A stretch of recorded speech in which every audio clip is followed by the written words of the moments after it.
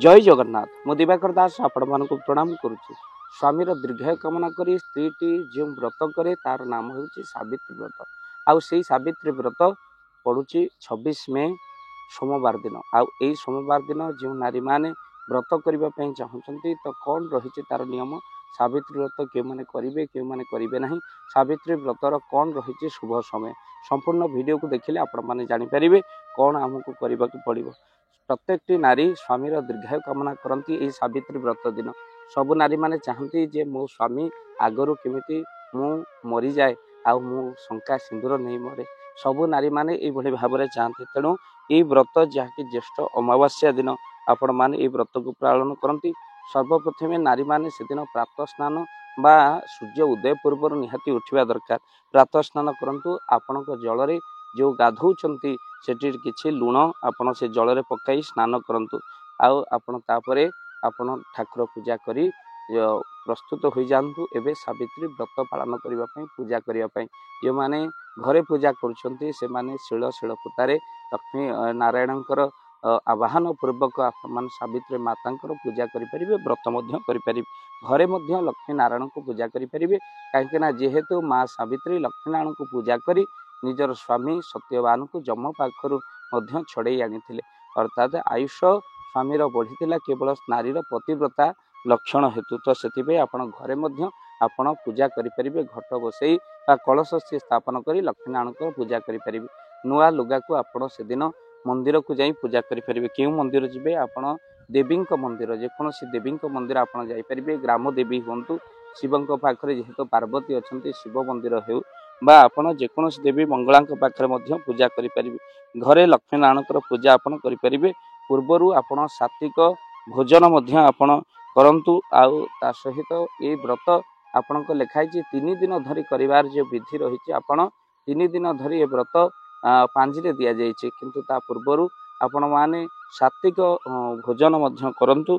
ता सहित आपण नुआ शाढ़ी आउ नाली चूड़ी बहु जगार रही कला संख्या पूजार नियम अच्छी। जो जगार पूजा करिवार अच्छी से नाम जगार पूजा करंतु, कहीं माँ कला संख्या आपण अनेक जगार दियंतु। स्वामी को फूल चंदन दे से दिन पूजा अर्चना करंतु। आ पाद छुई निहाती भाव में प्रणाम करंतु। एबे कहिबा रजस्वला नारी आपण जदि 5 दिन हो जाइथिबा आपण पूजा करि परिबे। आउ मुंड धोई आपण माँ सावित्री को पूजा अर्चना करि परिबे। आउ जदि आपणकर से समय रे मासिक धर्म चालुथिबो तो व्रत समय रे आपण कोन करिवे ना कहा द्वारा आपण पूजा करि परिबे। पूजा द्रव्य को छुईबे नहीं, कहा द्वारा पूजा करी आपण मध्य व्रत पिंधि पारिबे। किंतु आम जेहेतु शाढ़ी कौन नुआ जिनस रजस्वला नारी पिंधिबा बारण करा जायछि ताहा आपण ऊपर निर्भर करे। किंतु एबे आपण को कहि रखिबु जदि लक्ष्मीनारायण को पूजा आपण घरे बा मंदिर पूजा बर गछ मूले मध्य आपण पूजा करि परिबे। आपण ता सहित जदि स्वामी बाहर अछंती आपण स्वामी को फोन करी निहाती भाव में प्रणाम करंतु।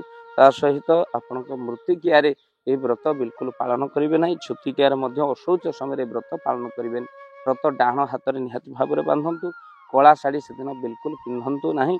आ गर्भवती नारी माने सावित्री व्रत निहाती भाव में करें, किंतु 5 मास ऊर्ध्व जो मानकर गर्भ रही से माने यदि व्रत करती उपवास करती से पिला उपर बहुत प्रभाव पड़े उपवास। तेणु से 5 मास ऊर्ध्व गर्भ रही आपण सात्विक आहार पूर्वक स्वामी को प्रणाम करी आपण नुआ वस्त्र पिंधि ये व्रत पालन करें। किंतु आपण भोजन करी अर्थात सात्विक भोजन फलमूल एगुड़िक सब खाई आपण निहाती भाव में परटा एगुड़िक सब खाई आपण निश्चिंत व्रत पालन करंतु। किंतु जेहेतु पिलांक ऊपर यार प्रभाव पड़े से गर्भवती नारी वृद्ध मान को एगुड़िक निषेध करा जायछि अनेक व्रत।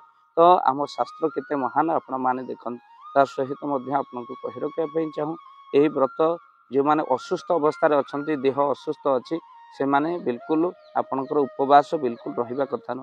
से माने मन भितर भक्ति संचार करी शଯ୍ୟାରେ अच्छा रोगग्रस्त अच्छा मेडिकल अच्छा सावित्री व्रत पड़ेगा क्या द्वारा आपण माने सावित्री व्रत धारण करें। मेडिकल थाई देह असुस्थ थाई व्रत धारण करें, किंतु आपण उपवास व्रत बिल्कुल करेंगे नहीं। से प्रणाम कले आप निहाती भाव में स्वामींकर कृपा प्रभुंकर कृपा जमंकर आशीर्वाद आप निहाती भाव में प्राप्ति करेंगे।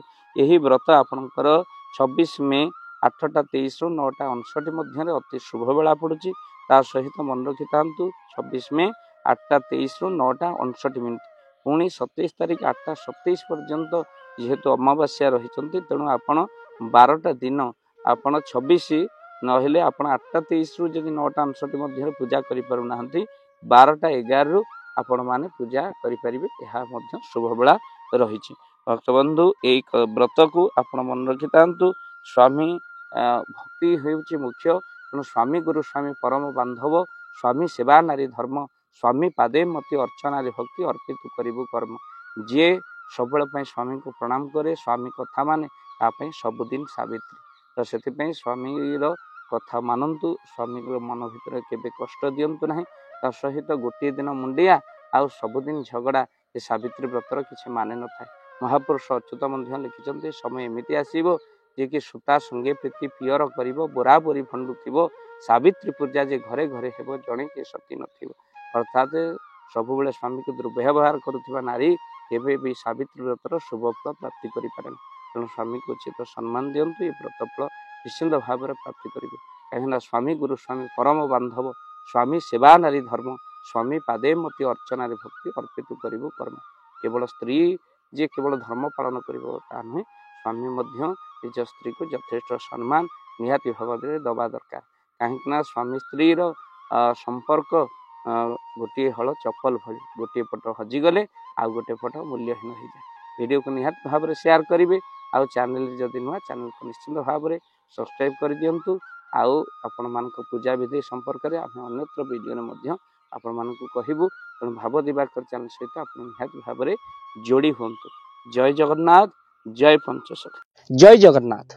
धन अर्जन धर्म करी धर्मे प्राप्त नरहरि आपण उपार्जित धन को जदि धर्म कार्य लगेगा चाहूँगी किसी असहाय असुस्थ व्यक्ति पाखे आम प्रतिदिन पहुँचू आउ किसी सहयोग करूँ जदि आपणकर से गुंडुची मूषा भली दान से कार्य लगे चाहूँगी स्क्रीन रे चली ए नंबर रे एबे कॉल करंतु आमे दबु आपन को फोन पे नंबर आपनकर जेतिकी समर्थ रहिछि बा सामर्थ्य अनुसार आपन प्रदान करिवे आपनकर अर्थ राशि एबे आपन जानि के आनंदित हेबे।